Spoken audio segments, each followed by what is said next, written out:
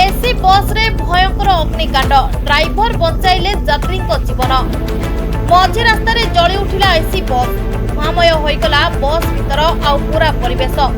बचा बचा चित्कार रे प्रकम्पित हैला जातीय राजपथ यात्री माने निआर आरु बंचिबा पई हेउतले विकल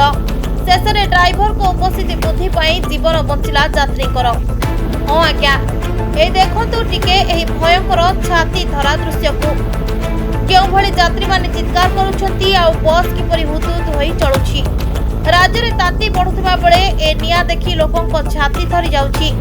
हेले तथापि लोके धाई जाइथिले यात्री मानक चित्कार सुनि तांको बंचाइबाकू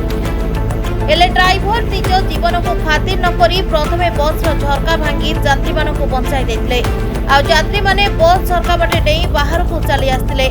तेबे एभली घटना लखनऊ रो कानपुर जातीय राजपथ रे घटी जाइछि शुक्रवार अपराह्न रे यात्री भरा एक एसी बस रे हठात अग्निकांड घटिथिला बस निया लागिबा मात्रे यात्री माने चित्कार करि उठिथिले आ ठीक समय रे भगवान को कृपारु ड्राइवर को उपस्थित बुद्धि हेतु समस्त यात्री को झरका देई बाहर को निया जायतला